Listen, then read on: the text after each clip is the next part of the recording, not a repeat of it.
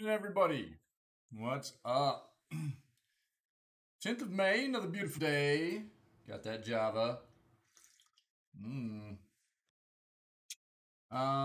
Good morning, good morning. How is everybody? It's good to see you. Thanks for being here. Um, Day 5 of Hand of Fate 2. Yeah, day 5 of Hand of Fate 2. Um,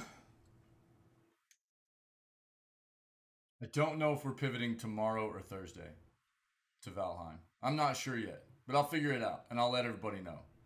Depends on how good I feel about how much we get done today, okay? Probably, I would say probably pivot to Valheim tomorrow. But we'll see. We'll see. We'll see. Um, so, yeah. Um, be aware that like 2 weeks from today is our 1 year anniversary of the channel, right? So, um, we are going to be doing a very long stream. Probably try to do like a 24-hour, something like that.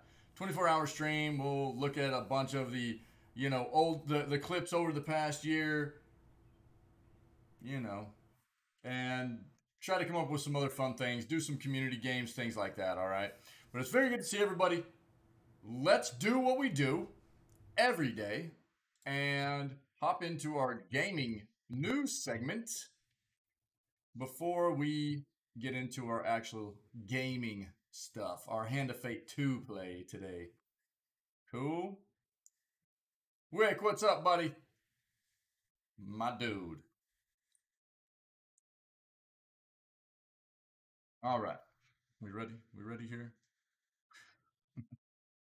Let's go. All right. Here we go. Here we go.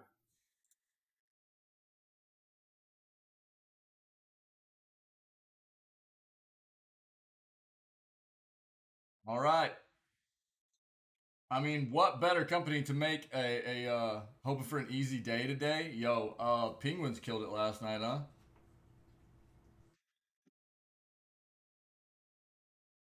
They put a beat down on the Rangers, man.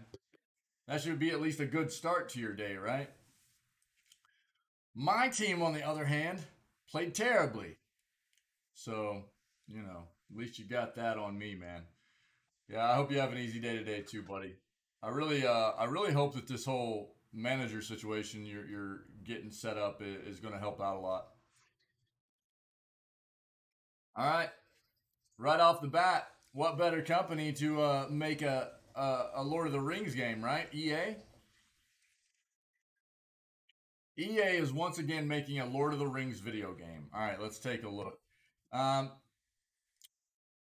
Riot Games sues League of Legends ripoff Mobile Legends Bang Bang. See what that's about. Apparently, it looks like the Lord of the Rings is going to be a mobile game, but still, I mean, EA, just tastes bad. Just hurts saying it. I mean, here's the thing: we do know that we have Gollum coming at some time before too long. Is there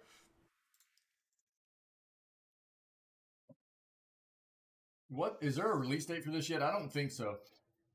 Just 2022. Yeah, it's supposed to be out sometime this year. Hopefully this will be good. Hopefully. So we'll see. At least we have that to look forward to for all the Lord of the Rings fans. Yeah. Okay. We talked about this yesterday. Warhammer 40,000, Chaos Gate Demon Hunter community was kind of looks like a pug, dude. I love pugs. I had a pug, dude. What's up, Timwin? How are you, buddy? Um,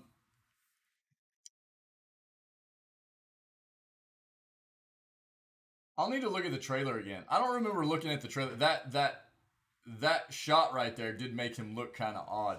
I don't remember watching the trailer and thinking that Gollum looked bad or anything though. So I'll have to go back and watch it at some point and see. Um, yeah, you talking about your truck, dude? Did you get a pug?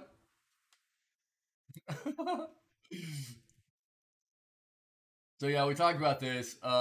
This community was in an uproar about uh,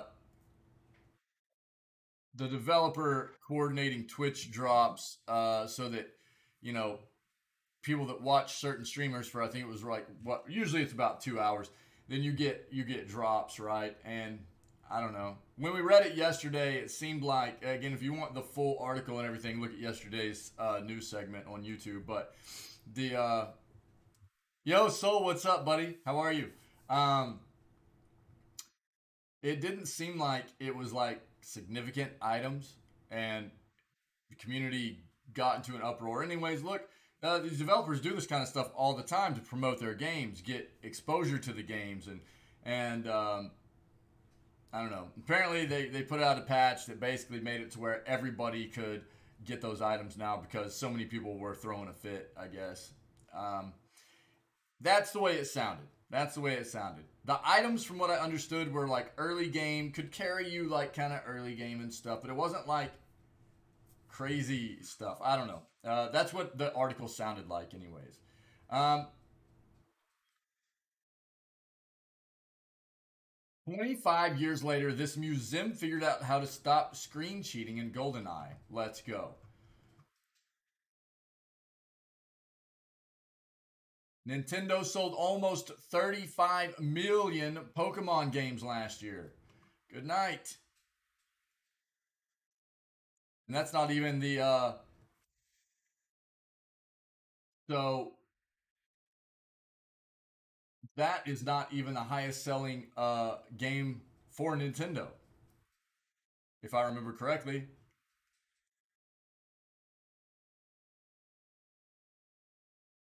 We've already talked about this.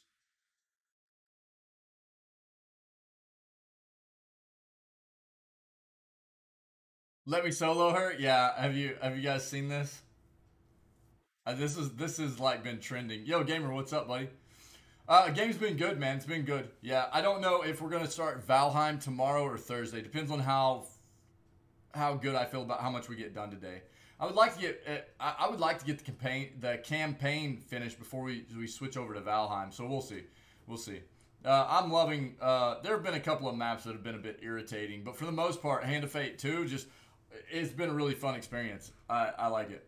Yeah. So if you're not aware, there's this absolute legend on Elden Ring that has been showing up in people's game. Well, you can summon this individual to take on Melania in Elden Ring, and the comment on his summon tag is "Let me solo her," right? And apparently this individual is just all he wears is like a pot on his head, and what is it? Dual katanas, I think, something like that. Dual swords, and he basically just goes in and solos most people because he's become very it's a trending thing. A lot of people know about this individual now, and he goes in and solos like the hardest boss in the game. Four people. They literally. I read another article where somebody just sat down and just watched the thing, and this individual just goes in and just mauls this boss. It's pretty funny, pretty cool, pretty cool. So apparently tomorrow, let me solo her will live stream their thousandth Melania victory. So that's pretty cool. That's pretty neat.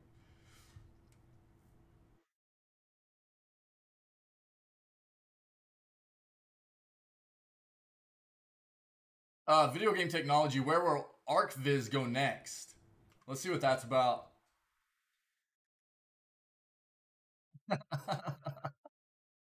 Yeah, we read about this already. This is the same article. So Babylon's Fall is the game they're talking about right here. How are you, gamer? Good morning, buddy. Good morning to everybody. It's good to see you. So the PS4, PS5 console exclusive is officially dead.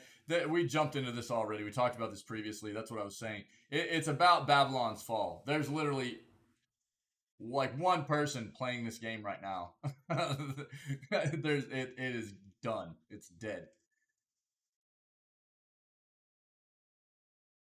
Stanley Parable devs use Sekiro meme to call out achievement cheaters. All right, we'll see what that's about.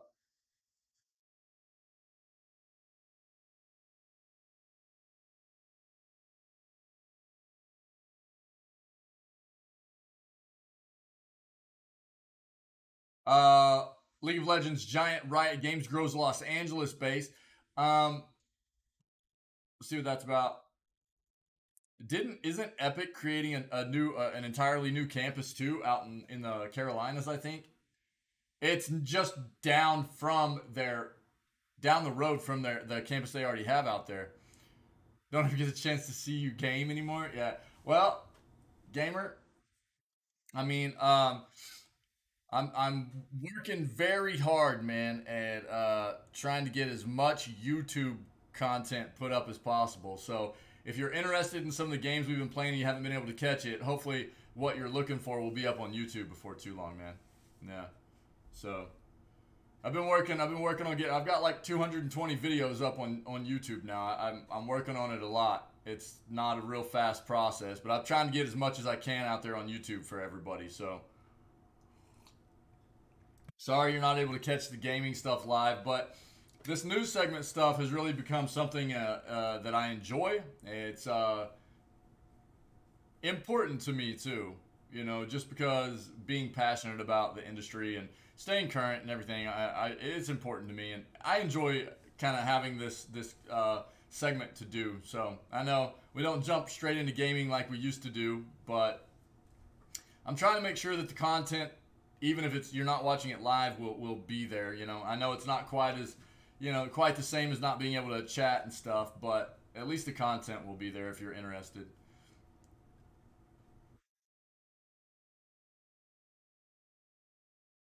Okay, see page 3.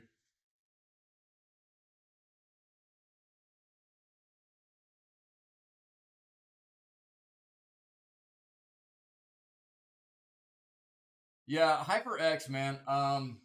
We have some community members that use HyperX. I've read really good things about HyperX, and they do have a pretty extensive uh, lineup of models that can kind of most people can find what they're looking for there. So if you're in the market for a headset, I've heard good things about HyperX. Check into them. We read about this yesterday.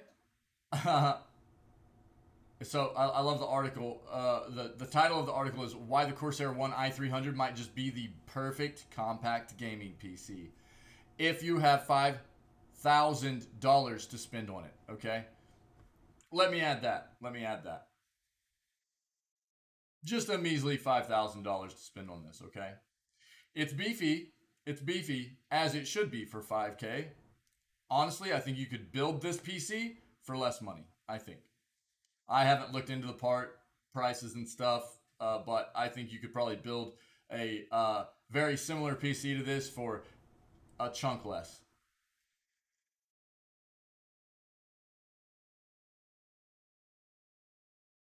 Can't confirm, but I think.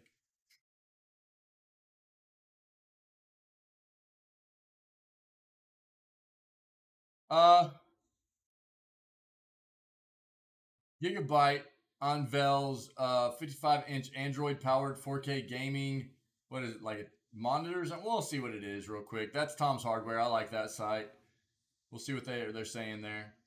Let's change up our search real quick. Yep.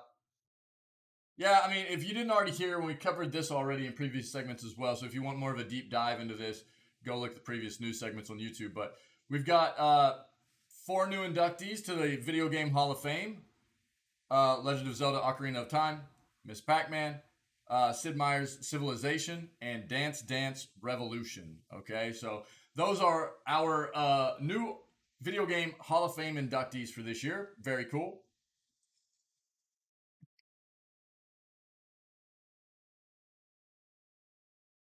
NetEase sets sights on video game consoles. Let's see what that's about.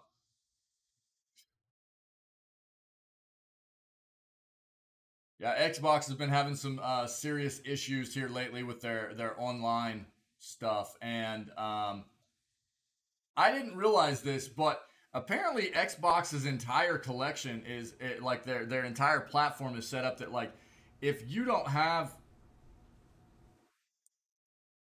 access to their online stuff, a lot of games are virtually unplayable and stuff. And I'm not talking just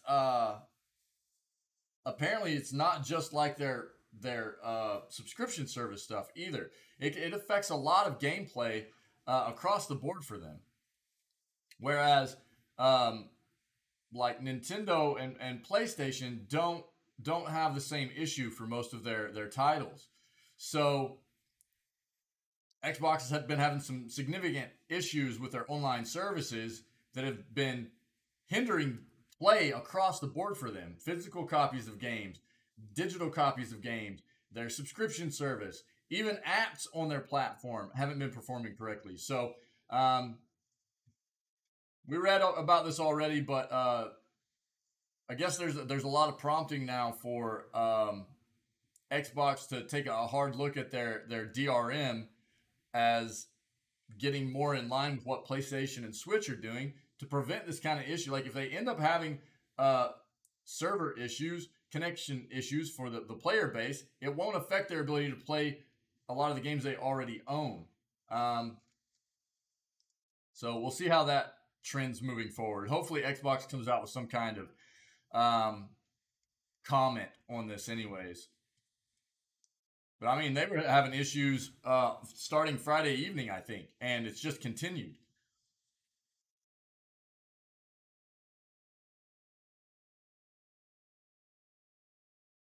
Yeah, we already talked about a lot about Netflix. I'm not going to jump into that. We've talked about this as well. Doctor Strange game. That'd be pretty cool. The new movie's supposed to be pretty good, actually. I heard from one of my friends that has already gone and seen it was pretty impressed with it. So, and I like Doctor Strange. I would like to take a look at it before too long. Xbox will bring Game Pass streaming to TVs in the next year. It's claimed. Okay, it's not a huge surprise. We'll take a look.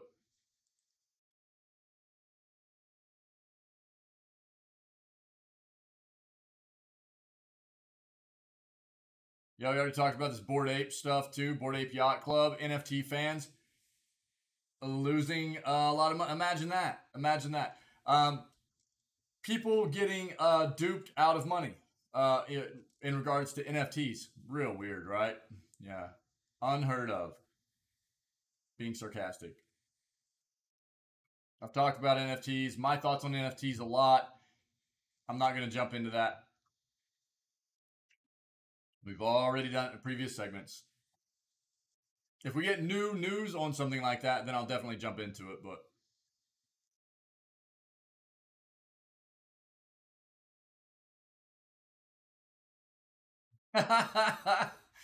here, yeah, we'll open this one then, I guess.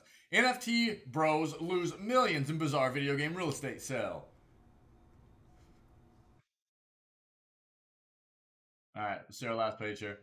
Yeah, if you're not aware, TLDR, um, Square Enix sold off all of its North American developers, right? Yo, Mamzelle, what's up, my friend? How are you? You feeling better today? So they sold off all of the. There's like four different developing developers that they owned locations, businesses, developers, and they sold all of those.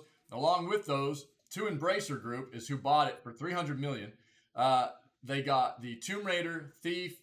Most notable IPs they got out of this as well were Tomb Raider, Deus Ex, and Thief IPs. There's also a thought, feeling like crap. I'm sorry, Mamzelle, that sucks. I'm sorry. Um, there's a thought they might be taking over the Marvel stuff, Avengers stuff as well, but not sure. Either way, this is a pretty good purchase. It seems like. Now the other thing is that there is there are rumors going around that Square Enix could be one of the next companies to get bought or acquired. And it looks like PlayStation is the biggest player in that acquisition. So there have been rumors going around about Ubisoft, EA, as well as Square Enix being the next companies to get bought and acquired, right? And Hand of Fate is on sale. Ooh, Nice, dude. All right. It's a lot of fun, dude. I enjoy it very much. Yeah. There you go. What's up, Metal? How are you, buddy? So that's kind of what's going on with Square Enix right now, and them selling off. They've already sold off all their North American developers. So I don't know. We'll see.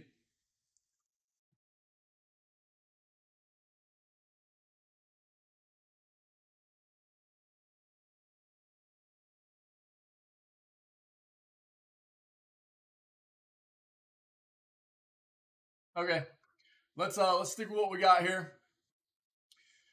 Um, 25 years later, yeah. Is it on sale on Steam? Is that where it's on sale, Metal? I think there's like a bunch of new games on sale on Steam right now.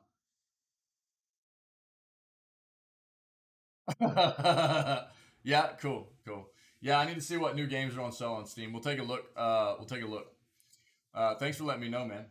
Yeah, I mean, Hand of Fate 2, I didn't play the first one, but the second one we're playing right now is a lot of fun. I'm enjoying it. Again, we'll see how far we get today in regards to whether we end up pivoting tomorrow or Thursday to Valheim. We'll see. But it's coming. It's coming. I just want to feel like I've at least gotten through the campaign of Hand of Fate 2 before we move on. 25 years later, this museum figured out how to stop screen cheating in GoldenEye without the use of modern hardware, too. Um, Screen cheating has always been the bane of split screen gaming. There's nothing quite like sneakily creeping around corners only to find out your opponent has been right there waiting for you. Not out of any deduction or skill, just their ability to look at your portion of the screen, right? This was notoriously bad back in the days of the much beloved GoldenEye on the 64. The game with such a strong cultural influence, it's is that Arecibo Observatory became an icon. According to Ars Technica, 25 years later, one museum has finally fixed the screen cheating issue without the use of modern hardware. Oh, nice, Metal. That sound, dude. I love the beach, man. I love the beach. I'm jealous. The Center for Computing History in Cambridge, England, held an event to celebrate 25 years of GoldenEye. Uh, this included dev talks as well as the museum's very own playable GoldenEye setup. However, when talking about having the game available to play, employees of the museum began to lament memories of screen cheating, which led them to find an alternate solution. They posted their multi-CRT screen setup to Twitter, which had fans wondering how it could be done for themselves. After all, it seems more effective than dividing the screen with taped or cardboard. Taped on cardboard, excuse me. Sadly, it required some old tech and isn't something many of us could hope to replicate, but that's what emulation is for. Don't really like the beach? Friend time is friend time. Yeah, for sure. I love the beach, man. I love it. I love it. Um, Jason Fitzpatrick, the Center for Computing History CEO and trustee, explained to Ars Technica that the museum's multi-screen and anti-cheat setup is by no means an elegant one. Luckily, Fitzpatrick also works for Pure Energy TV and Film Props, a company that specializes in some of this older tech, which provided access to plenty of older video equipment to make this work.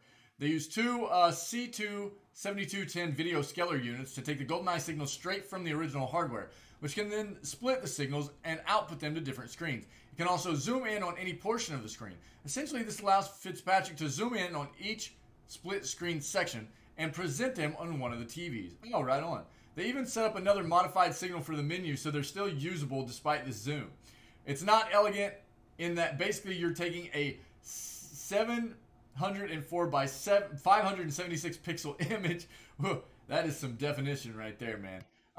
And you're just zooming into a quarter of it and then taking that quarter and stretching it across the full screen, right? Fitzpatrick told Ars Technica, even though we're dealing with something around 352 by 288 pixels, give or take, as a resolution for each one of those quadrants, by the time it's pulled up to full screen, it looks all right. Still, it's cool to see this was possible even on technology only available at the time. Of course, most people wouldn't have had access to this, but that's why we're always grateful for creative innovations by those who do. Yeah, man, that's awesome. Very neat. Very neat. Yeah, dude, those games were. I mean, all those games back then were the screen cheating was horrendous. Yeah. Well, I hope you have a good time at the beach, anyways, man. Even if it's not really your jam. Again, It's just main thing, spending time with friends, right? So,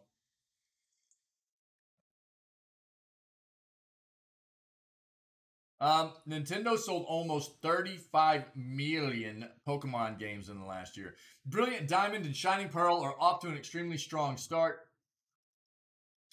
Um, Pokemon Brilliant Diamond and Shining Pearl, remakes of the 2007 DS title, sold 14.65 million units from their release in November to the end of March. Pokemon Legends Arceus, a new entry into the franchise which saw the series transition into a fully 3D RPG, sold 12 million units since its release in January until the end of March. Sword and Shield, the first core series in the franchise on Switch, released in 2019, sold 3.18 million copies during the latest fiscal year, pushing its life-to-date sales to 24.27 million. Good night. Excuse me, guys. 2018's Pokemon Let's Go Pikachu and Pokemon Let's Go Eevee remakes of the Game Boy Color's Pokemon Yellow sold 1.25 million copies, bringing their total life sales to date of 14.53 million. New Pokemon Snap, released in April 21, sold 2.40 million copies in its first year, bringing its total up to 34.12 million. Brilliant Diamond and Shining Pearl have already outsold Let's Go Pikachu and Eevee, despite the former only releasing late last year and the latter releasing in 2018. Next, Pokemon Adventures, titled Pokemon Scarlet and Violet, are set to release later this year. Several classic Pokemon were shown off in the game's debut trailer, as well as 3 new starter Pokemon. The starters are a Grass-type cat Pokemon called Sprigatito, a Fire-type crocodile Pokemon called Fuecoco, and a Water-type duckling Pokemon called Quaxley. Scarlet and Violet were the only new Pokemon games announced as part of the most recent Pokemon Presents live stream. I always liked Psyduck, man. You know, I'm an old school Pokemon player, so give me some Magikarp, give me some Psyduck, okay? And I'll basically wreck anybody. You know? Just give me that fish that flops around and give me that duck that can't do anything but hold on to his head because he's got a migraine or something. You know what I'm saying? I'll take anybody on. Let's go. Cool. Yeah, Pokemon, man. Very popular. Always has been. Video game technology. Where will... Shush your mouth. Okay, shush your mouth. Where will ArcViz go next?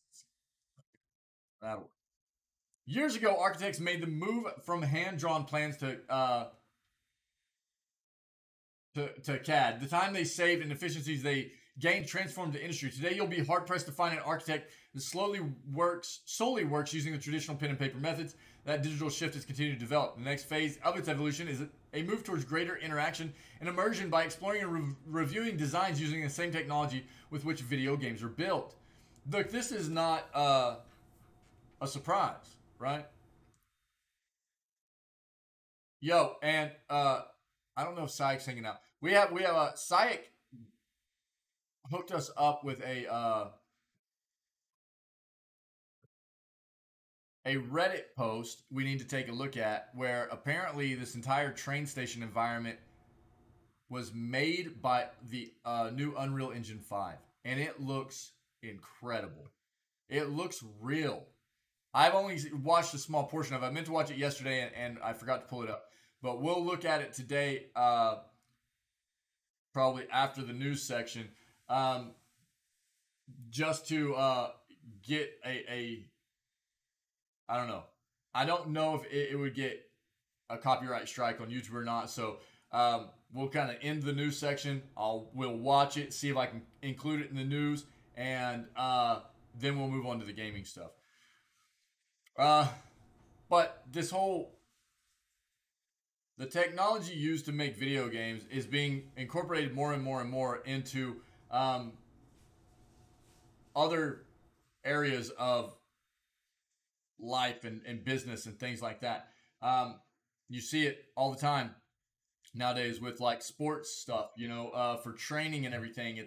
It's all about not having to actually train in certain real life environments. It's about going into the virtual world and being able to still get your training in.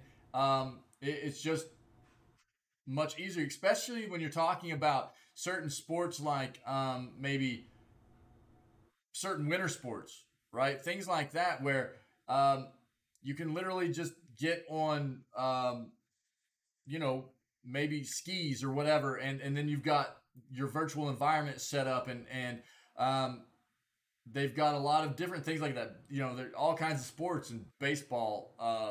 You know, there's all kinds of hitting stuff that's being made for virtual environments and golf as well. It's just it's always technology. Obviously, always becomes more every year more and more ingrained in what we do in life. But you are starting to see this trend of a lot of what has been used in video games in the past is coming to be incorporated more and more into businesses, and that's what this is, right? Um, the ability to take your CAD or BIM file, load it into a visual tool, and then walk around the building in real time, yeah? Like you would in a video game. Makes it much easier for architects to access the strengths and weaknesses of a design, as well as review proposals with stakeholders and clients. That's awesome. There are significant advantages of using tools like these for architects, as revealed in some telling statistics. One of the leading real-time visualization tools recently hit over 1 million downloads, and research into the platform grew by 184% over the past 2 years. Trading on the promise of more designs in less time, Twinmotion is rapidly becoming the visualization tool of choice across the architecture industry. From sole practitioners working from a home office all the way to Zaha Hadid architects and HOK architects have recognized the advantages of the software, using it to transform BIM and CAD data into high-quality visualizations, including immersive, interactive experiences in minutes. With Twinmotion, it is now possible to perform those design reviews with anyone, no matter where they are in the world or what device they are using. Architects in London can seamlessly share designs for review with clients in Hong Kong without having to send or download large files or worry about incompatible file formats or computer performance, thanks to Twinmotion Cloud. Simply click on a hyperlink and then view and interact with presentations in a web browser from a workstation, laptop, tablet, or smartphone. Yeah, I mean, I'm not going to read all the rest of this, but that's we see it more and more and more, and it's not. I mean, a lot of the technology that is really built for video games initially is incorporated to so many different things, even in entertainment. You know, movies, have adopted a lot of their CGI from what has been um, honed in making video games, right? It's all over the place, and it's just going to continue that way until we're all strapped into the Matrix. So get ready.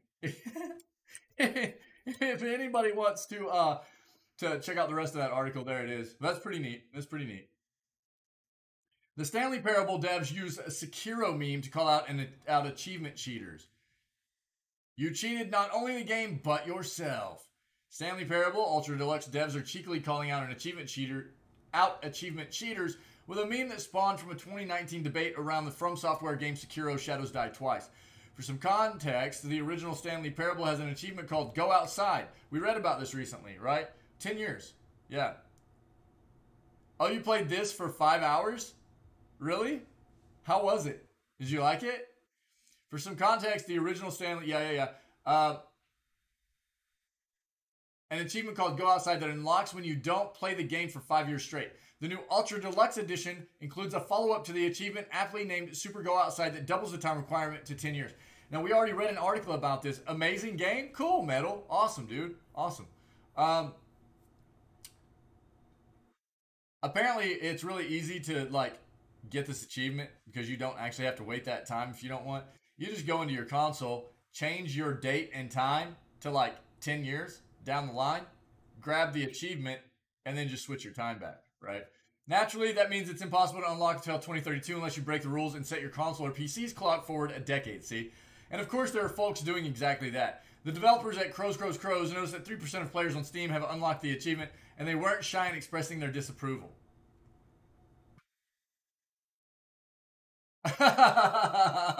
You cheated not only the game, but yourself. You didn't grow. You didn't improve. Okay, look, man. The achievement is to not play the game for 10 years. How are you supposed... I don't understand how they can, like... It's just kind of wild. Again, in case you're missing some context here, the developer's tweet references a popular meme that wouldn't exist without Sekiro, a PC gaming gamer article, and one sarcastically uppity From Software fan.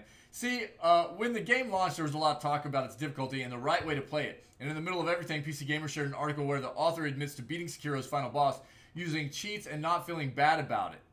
In response to the story, this was a viral comment, which the author admits was only partly sincere. There's an achievement that requires you to play through the entirety of a Tuesday? What, like a legit Tuesday day? Not in-game Tuesday, like real life Tuesday.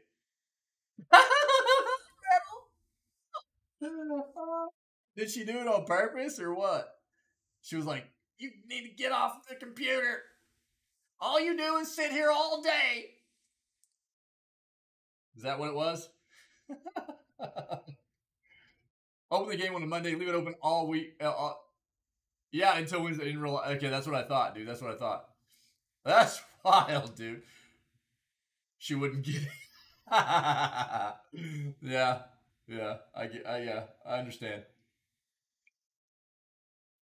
That's wild, man.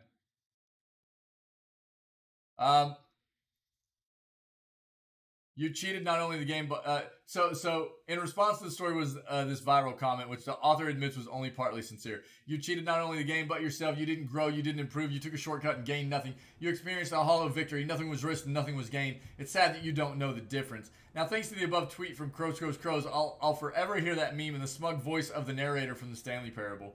That's really funny, dude. That's really funny. I like that they memed it out. Okay. Look inside. League of Legends creator Riot Games LA home. It's cooler than where you work.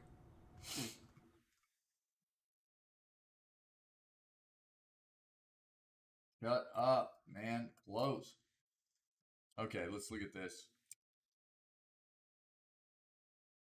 A pleasantly arresting aroma of coffee and bourbon envelops visitors long before they walk into Bilgewater Brew, the coffee house that has cheery baristas and a pastry chef who prepares Java-friendly snacks such as vegan, keto, and gluten-free muffins. The theme is pirate nautical, complete with dripping water sound effects. I love the sound of dripping water. Coffee quaffers settle into tall booths assembled from old bourbon barrels, still wafting their tangy caramel scent, adding smell to the sensory recreation of Bilgewater, a dangerous port city in the mythical universe of video game League of Legends. The game is an online juggernaut, played around the clock and around the globe by millions of fans since 2009, while spinning off popular related properties including esports tournaments and a television show for its creator, Riot Games. But like Bilgewater's murky streets, the coffee shop isn't a place you can drop by in real life because it exists inside the newly expanded Riot Games headquarters as a no money required perk for employees and guests. Wow. The LA company. Yeah, there you go. There you go, Metal. I have faith, dude. You'll get it. The LA company has quietly grown into one of the region's largest office tenants at nearly 1 million square feet, with more on the way as the video game industry evolves into a major economic player in Southern California. At the same time, Riot Games and the rest of the industry have been roiled by competition, a nascent labor movement, and allegations of sexual harassment and discrimination. Dude, check this out. Employees play games on their break in PC Bang, a recreation of a Korean gaming hall where writers, as company employees are known, can get a feel of how their games are experienced by many Asian fans. Look at this.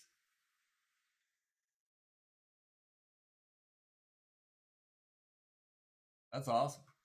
Landlords eager to rent blocks of office space are courting nearly 150 gaming companies in the region, including Giants Riot Games and Activision Blizzard, maker of Call of Duty and World of Warcraft.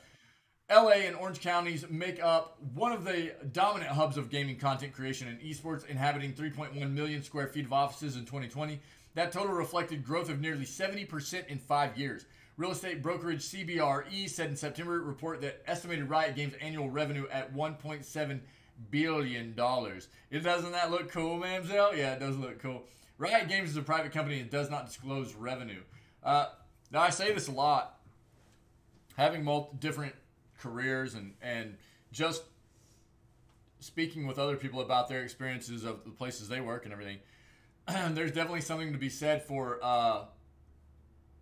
cultivating a workplace environment that is fun and, you know, makes people feel like they want to work. They want to go to work, right? Um, as opposed to the way I think most people feel about their work environment is that like they don't necessarily want to go there. you know, that's the majority of how the impression I get from the majority of people. So when you see things like these big companies that actually have a focus on keeping employees happy, you're going to get more production out of your employees if they're happy and they are cool with going to work because it's a nice place to be, not having to deal with toxic, nasty management stuff as well, which we've seen quite often come to light in recent times regarding the gaming industry. But I think there's something to be said for that, right? Trying to have at least some kind of dedicated view on keeping your employees happy is only going to increase production. So I don't know, pretty wild. It looks really cool.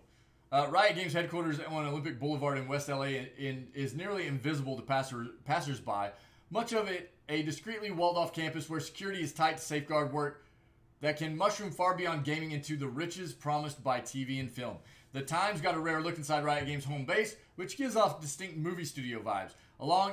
Among its showbiz elements are 3 theaters, 2 of which were previously used by legendary movie directors James Cameron and George Lucas. Also a dining commissary called Noms that includes, what a great name, that includes one of the biggest commercial kitchens on the west side, serving a wide range of fare that changes daily and is provided free to the company's 3,100 employees, as are the drinks and snacks at Bilgewater and a smoothie bar. Wick. Also there for the taking are cereals, coffee, packaged snacks, and other prepared fare at small food stations scattered throughout the sprawling campus.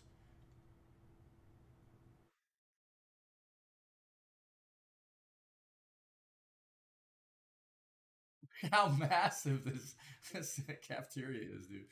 Uh, a spot that does open to the public is a spacious auditorium built for esports competition where audiences can watch professional teams of gamers clash on the virtual fields of League of Legends. Championship banners for such winners as Evil Geniuses and powerhouse team Solo Mid adorn the walls. Their competitions are broadcast internationally. More than 10 million players in China compete at League of Legends daily, and the game is so popular in South Korea that it produces many of the world's best professionals in the esport. Look at all this. They've got rooms set aside for meditation and yoga. They've got like a vintage video game library and stuff. People go play stuff like Duck Hunt, old games. This is awesome.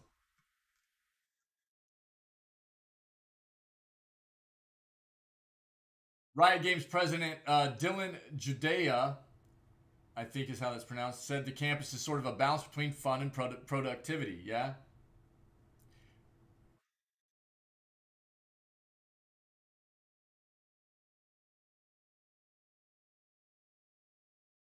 They've got lactation rooms for mothers, lockers and showers, and bike storage for people that use those kinds like exercise to commute to work and stuff.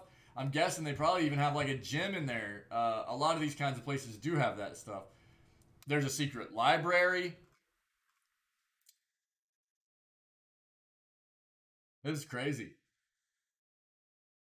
Although the campus might strike workers who toil in conventional offices as unconscionably cool, Judea insists the features are appropriate for a successful tech company that wants to attract good talent.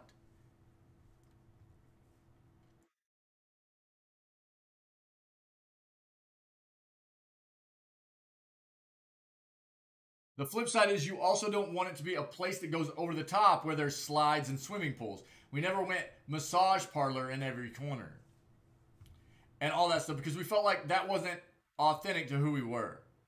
Yeah, let's go. Yeah, let's just go live there.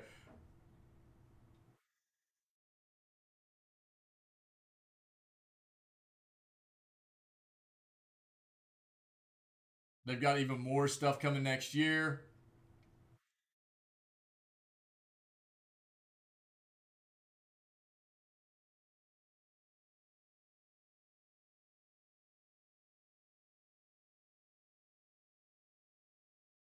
That's wild. I'm not reading all of this, but here, I'll throw it in chat in case you guys are interested in looking at the pictures and the rest of. Look at that. That's gorgeous, dude. I love it. That's so cool. Yeah, check it out. Check it out. It's a pretty cool article. That's really neat. It's neat seeing inside that. Very cool.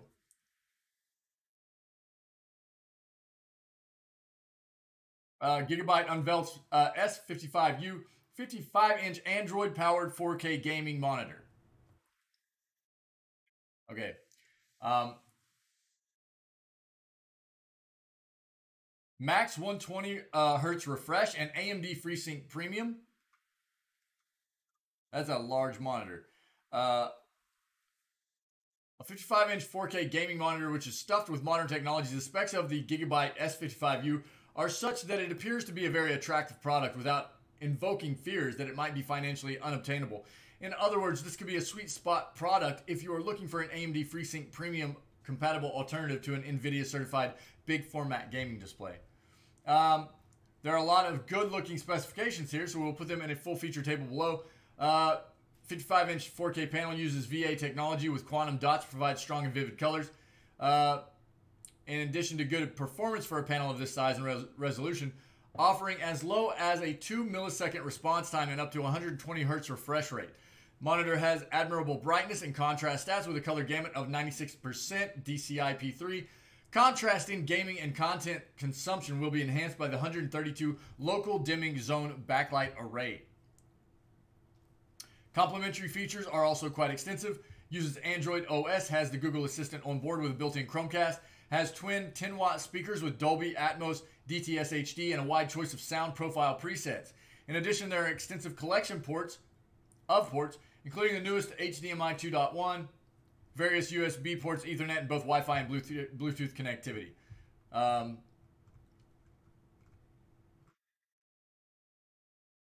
As you might expect, dedicated gaming features are present, which could appeal to both PC and console gamers. I could not, couldn't imagine having this set up in at least my area for game. It's such a large monitor for my PC. I know that of ways it could be set up and function well, and like if you could like scoot yourself back. If you like to sit close to your monitors and stuff, you would need that one like set further back to where you could like, I don't know. That's a huge monitor. Collection of gaming-oriented features includes aim stabilizer sync, black equalizer, crosshair, refresh rate, and OSD timer. No pricing yet. That's a large monitor right there. Okay. China's #2 video game company is coming for consoles. Closest rival, Jim Powell isn't going today because he has a test coming up. Don't know if you're feeling it. I mean, if you're not feeling it, man, like I said, it's important just to. I took over the weekend. I took 2 days off in a row because I've just been getting back into working out. I felt like I needed an extra day of rest because my body is trying to get used to me working out again.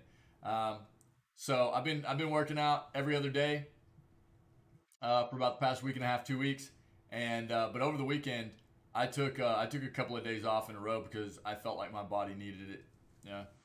So I know it's tough. It's tough too because you like sometimes you feel like maybe you need the rest, but you also feel like if you take that rest, it's going to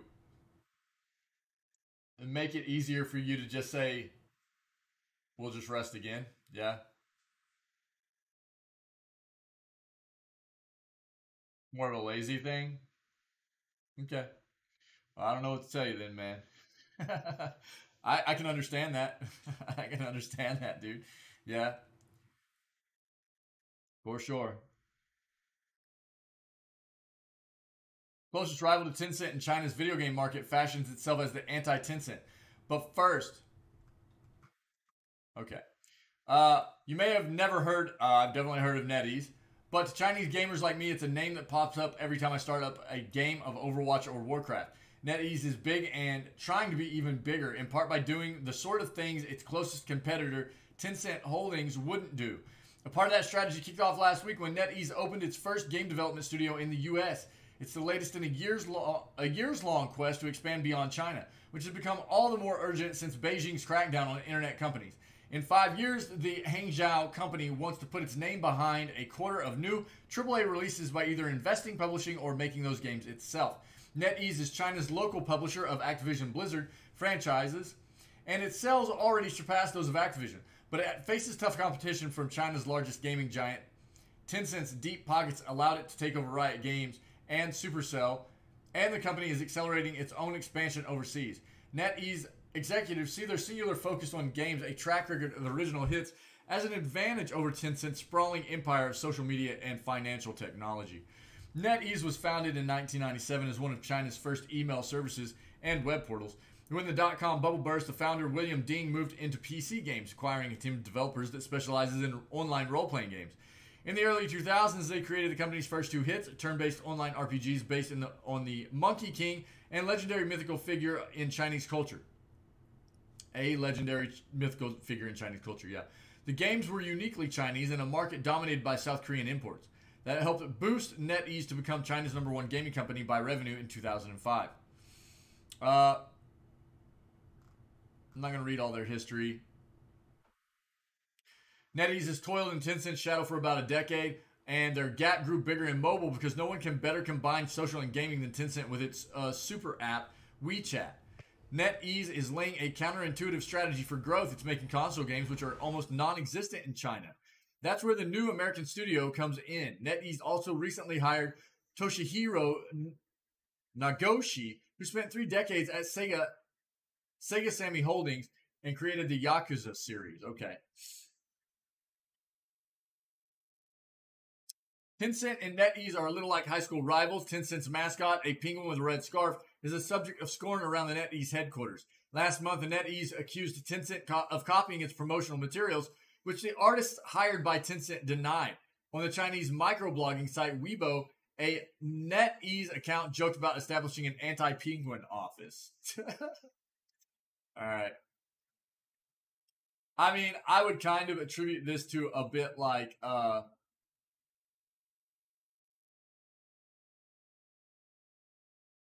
bit of the rivalry between like Microsoft and PlayStation and Nintendo, especially PlayStation and Nintendo, because both of those are originally Japanese-based companies, right? So, right on. Competition's good, man. Competition's good. Xbox will bring Game Pass streaming to TVs in the next year, it's claimed. Not just to TVs, but also to standalone devices. That's according to a new report by GameSpeak, which claims that within the next 12 months, Microsoft plans to release an Xbox streaming device similar to an Amazon Fire Stick or Roku-like puck. In addition, Microsoft is planning a Samsung TV app which will allow users to stream cloud games direct to their televisions without any additional device. The launches are said to be part of the new Xbox Everywhere initiative, which this week saw its first free-to-play title in Fortnite. Microsoft first confirmed plans to bring Xbox Cloud gaming to internet-connected TVs last summer. Speaking in June 2021, the company said it was working with global TV manufacturers to embed the Xbox experience directly into internet-connected TVs and building its own streaming devices. Cloud is key to our hardware, Game Pass roadmaps. But no one should think we are slowing down on our core console engineering. In fact, we're accelerating it. Xbox's experiences and platforms boss Liz Hamren said during a video presentation. We're already hard at work on new hardware and platforms, some of which won't come to light for years, But even as we build for the future, we're focused on extending the Xbox experience to move more devices today so we can reach more people. And many of those devices won't be built by us. For example, we're working with global TV manufacturers to embed the Game Pass experience directly into internet-connected TVs. So all you need to play is a controller. Beyond that, we're also developing standalone streaming devices that you can plug into a TV or monitor. So if you have a strong internet connection, you can stream your Xbox experience.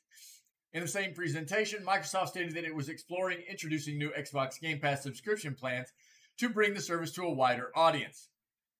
Microsoft partnered with Samsung to bring Xbox Cloud Gaming to the electronics company's products in 2020, and Spencer has previously hinted at plans to bundle Xbox Game Pass with TV streaming sticks. Not surprised. I mean, as far as cloud gaming goes, it really looks like Nvidia and Microsoft are kind of leading the way here. Yeah.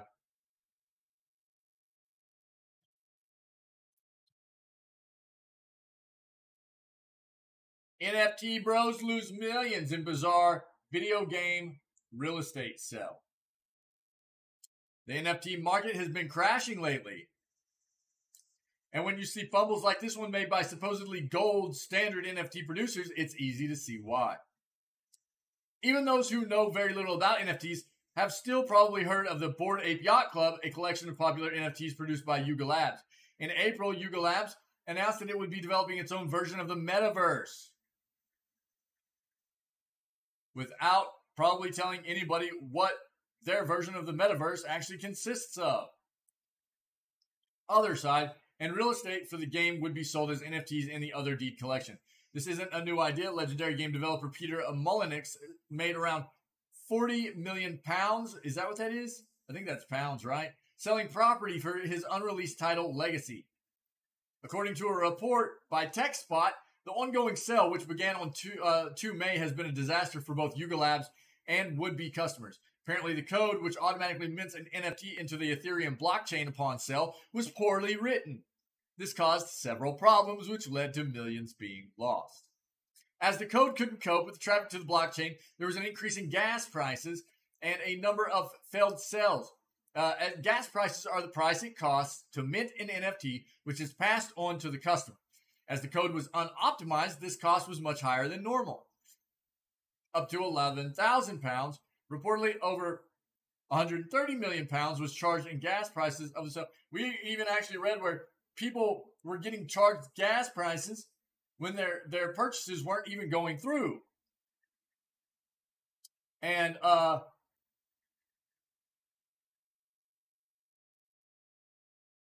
Yuga Labs was apparently, they put out, like, we're going to refund everybody, and then they were like, okay, everybody's been refunded that needed refunds, and then a bunch of people were like, I haven't gotten mine yet, so I don't know.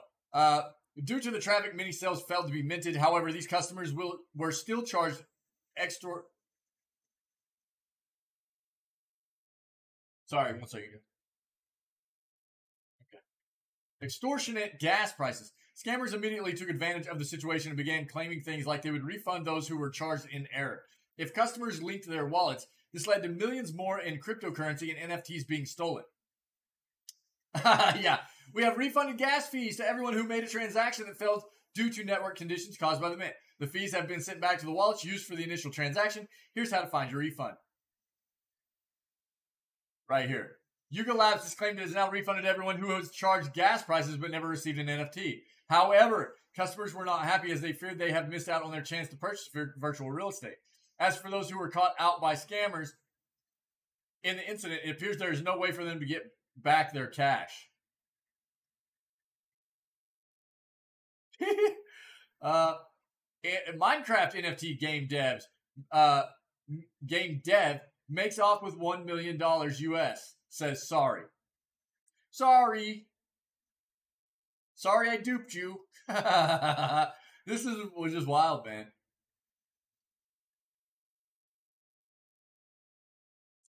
Somebody bought a $650,000 yacht NFT instead of buying a real one. Yo, I'm going to put this article in chat. Check it out. Don't get scammed by this NFT crap. Stay away from it. EA is once again making a Lord of the Rings video game. I could deal, honestly, I could deal with never seeing another article that has anything to do with EA making another video game. Dude, the company's last Lord of the Rings game was 2006's Battle for Middle Earth. Yo, Sag, what's up, dude? Draft lottery day. Yeah, dude. Good luck, man. Yeah, Stars Stars played so bad last night. They played so bad, dude. I was just name dropping you, Syke. After the news segment, we're gonna take a look at that video you sent me yesterday, yeah? Yeah. Another one, yeah. Yeah. Yeah. Yeah, I forgot to look at it yesterday. Sorry, buddy. How you doing, Syke? It's good to see you, buddy. I know licensing isn't the sexiest topic, but when it comes to certain properties like Star Wars and major sports, it plays a super important role in what games we get to play and who makes them. Which is my way of explaining why I'm writing about the surprise announcement that EA is making its first Lord of the Rings game since 2006. For all of the crap people talk about EA in 2022. Oh, stressing over tourist visa for India, really? Asking for a lot of info? Gotcha. Okay. Send my passport. Oh. They want you to send your passport to them?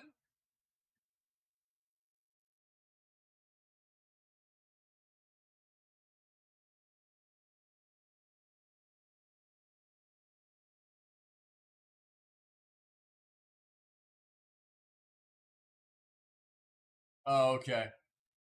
Right on. So you don't have any issues whenever you travel over and stuff? Huh. Weird.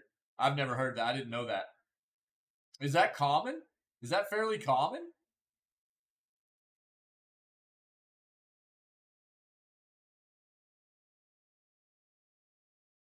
Okay. I've never heard that before. Huh. Uh, yeah. Yeah, I mean, I've never done it either, obviously, so I've just, I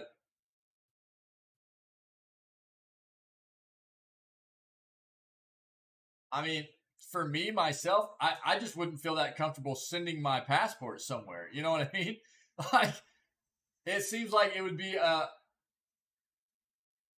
better situation for you to, like, be able to coordinate this. And then once you land, there would be somewhere you would go where they're like, okay, yes, you're on our list. You've done everything. You've been approved, and they stamp it there or something. You know what I mean?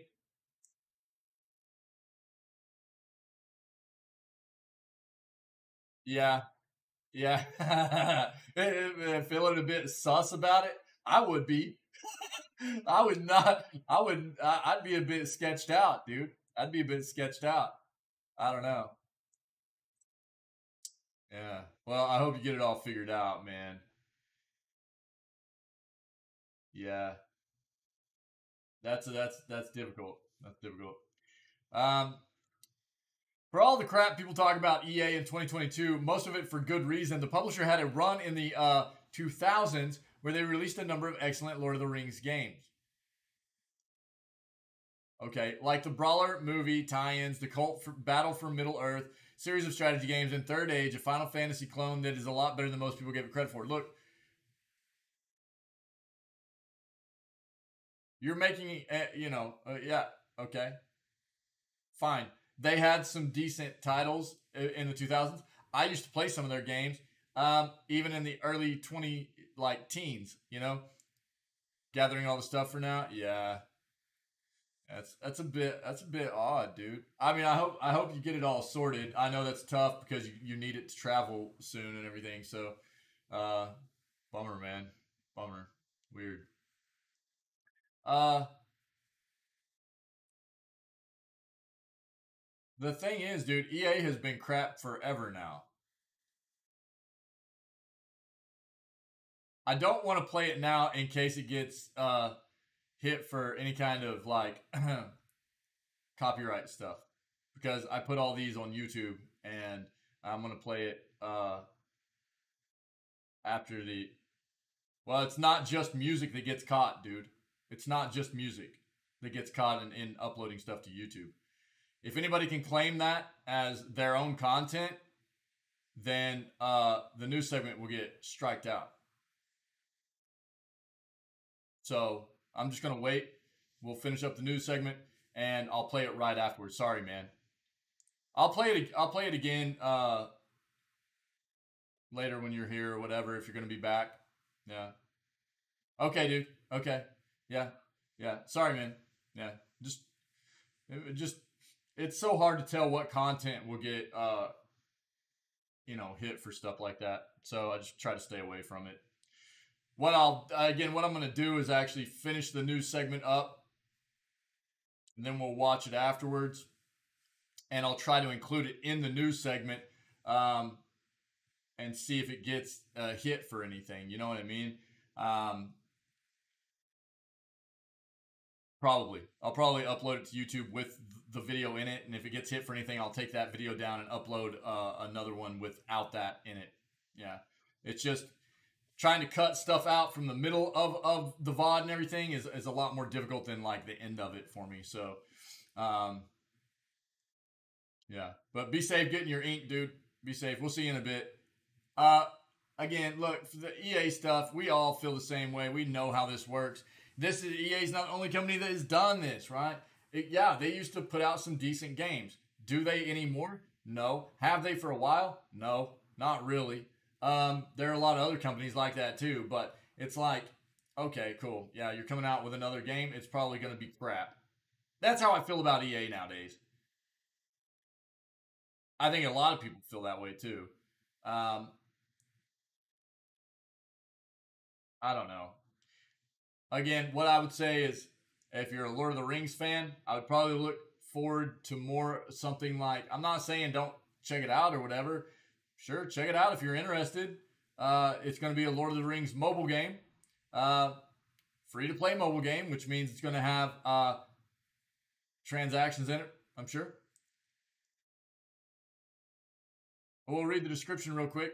The Lord of the Rings Heroes of Middle-earth will feature immersive storytelling, turn-based combat, deep collection systems, wide roster of characters from across the vast universe of The Lord of the Rings and The Hobbit. Players battle through iconic stories from the world of Tolkien and take up the fight against the great evils of Middle-earth. Basically, it's going to be Star Wars Galaxy of Heroes. It's even being developed by the same team, Capital Games, only swapping out Jedi for Rohirrim and Hobbits, which you know is not as cool an announcement as EA saying, hey, we're making Battle for Middle-earth 3. But for anyone who is into GOH's casual daily battles, this might be neat. I don't know. Check it out. See what you think. If I was a Lord of the Rings fan, I would be looking much more forward to the Gollum game than something like this. Specifically, just because of who's making this. EA. Just tastes bad. Yeah. Riot Games sues another League of Legends ripoff. After shutting down a Chinese developer's copy, another sprouts in North American app stores.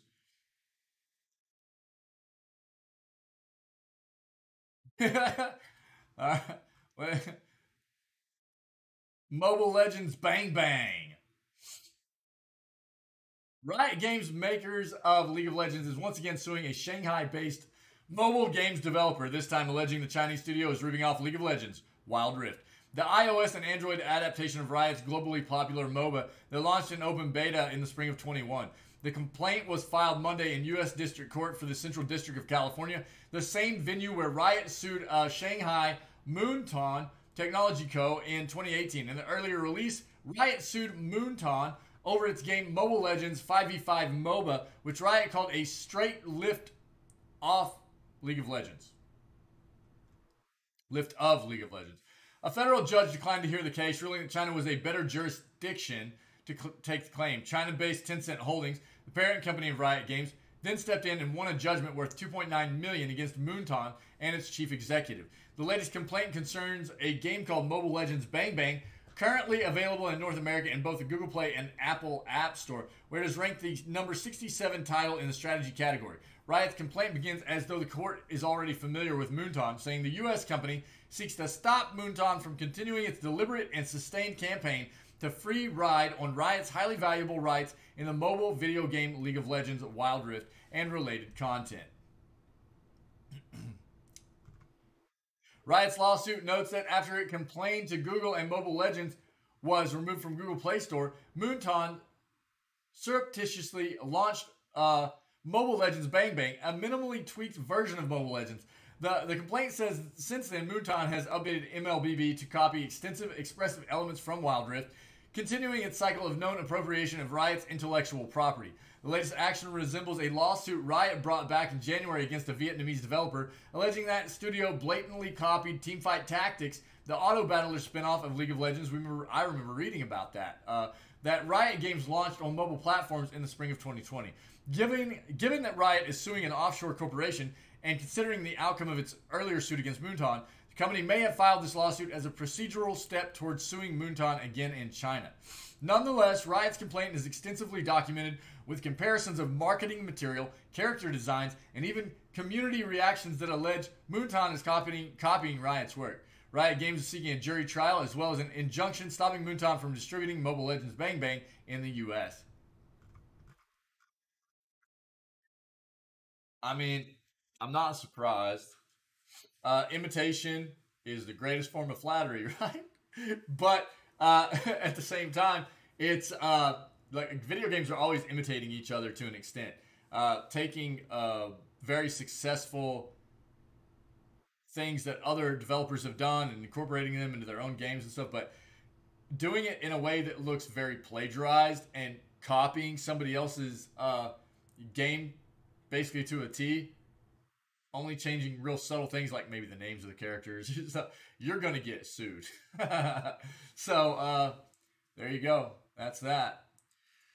Anybody have anything else for us to talk about in the news segment?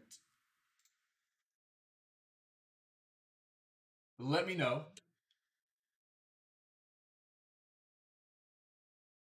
Um, so we're going to take a look in just a moment at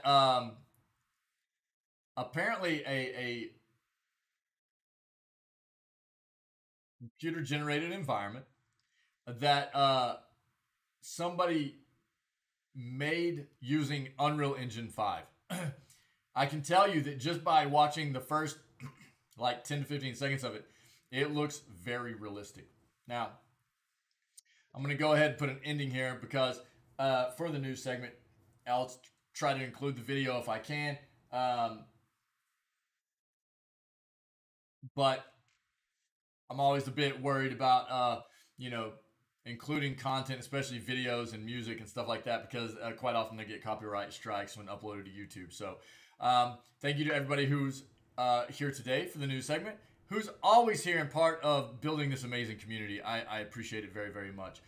If you're watching this after the fact on YouTube and you are enjoying the content, consider coming and hanging out with us when we do these every morning at 6 a.m. Central North American time, okay? Also, if you're enjoying the content, consider hitting that like and subscribe button and maybe leave me a comment so we can discuss some of the articles that we went over today in the news, okay?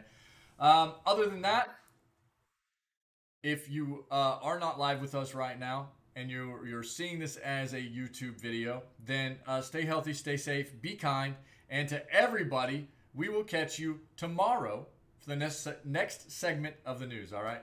All right. Let's take a look at this. It's pretty wild. So here we go. There's a Reddit post posted by Subject N. I made this train station environment, all assets by me.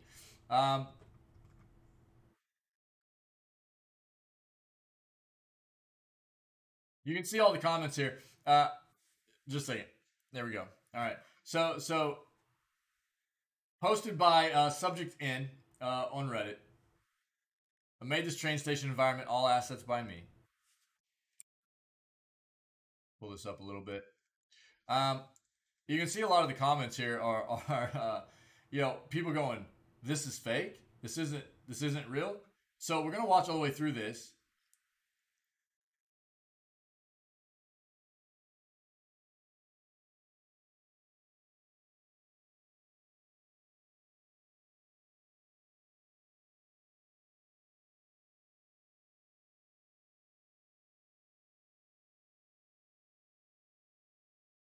And we'll try to take a look at why so many people are commenting on how unbelievably real this looks. Okay, so let's take a look here.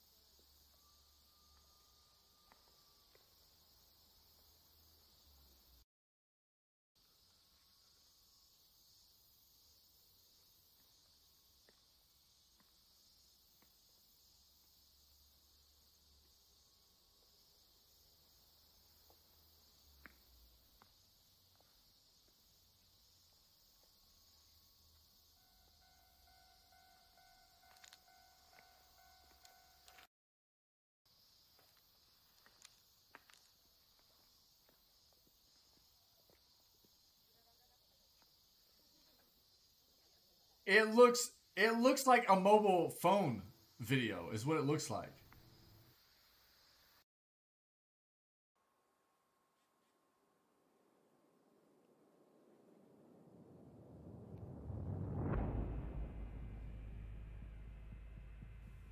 What? Yo, what? Hold on, dude.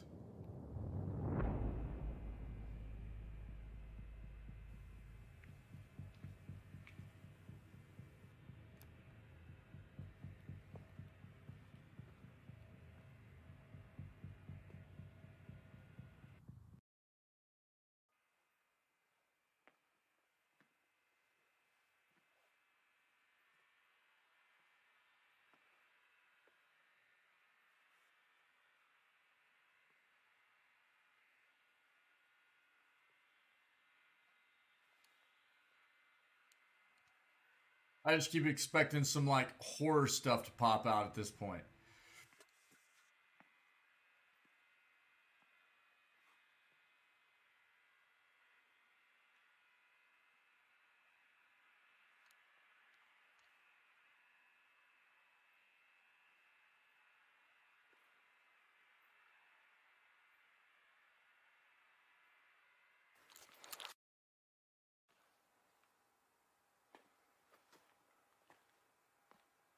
Yeah, Metal.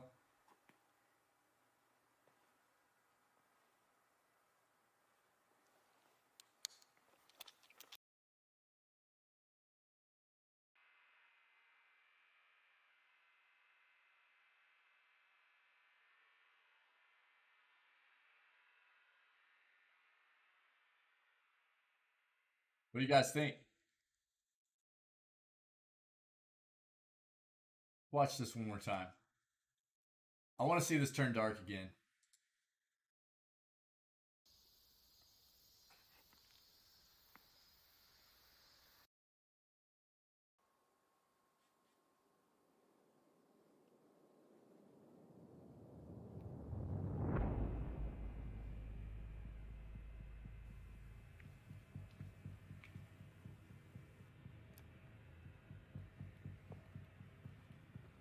I really, this is wild. It's kind of, it's hard to believe that it's not real with the way the camera works and everything, and just how much detail it looks lifelike.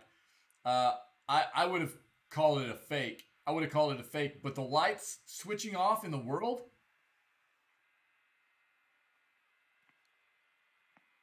makes me believe it a bit more.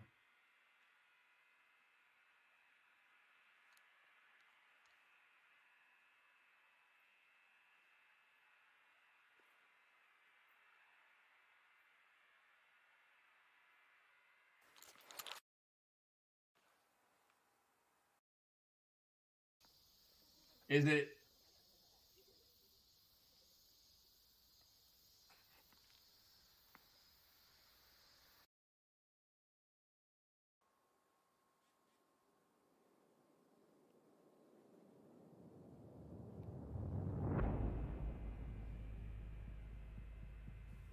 That's pretty wild, man. That's pretty. Look, we've seen a lot of images already. I'll stop it there. We've seen a lot of images already of what can be done in Unreal Engine 5, and it is pretty spectacular. Very, very, very lifelike stuff. Yeah. Um, so, and there's some really talented people out there that do this kind of stuff. So, um, it I mean, that's almost scary right there. How real that looks. If that is seriously CGI, if that's computer generated environment right there, uh,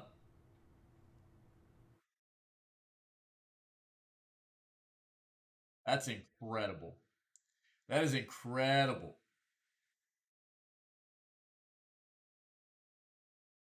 I honestly, I would have called it. I don't really know what to think. I would have called it a fake until the lights went off.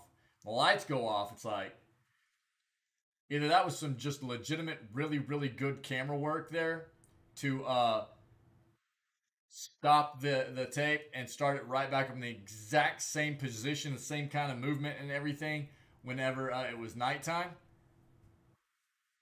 or that is just absolutely seriously excellent, excellent generated environment there. That's crazy. That's pretty crazy. Okay, I'll try to include that in the news segment. All right, and again, everybody that was here is always here. You guys know how. I mean, hopefully you understand how much I appreciate you, and we'll try to include that in the clip there so people can get a look at it. Shout out to our buddy Sight for hooking me up with that. That's pretty wild, man. That's pretty wild. Um, Let me know what you think in the comments. Let me know what you think in the comments of the vid, and we'll maybe have a conversation about this. But thanks again to everybody for hanging out. We'll be moving on to the gaming. Cool, and let's do it.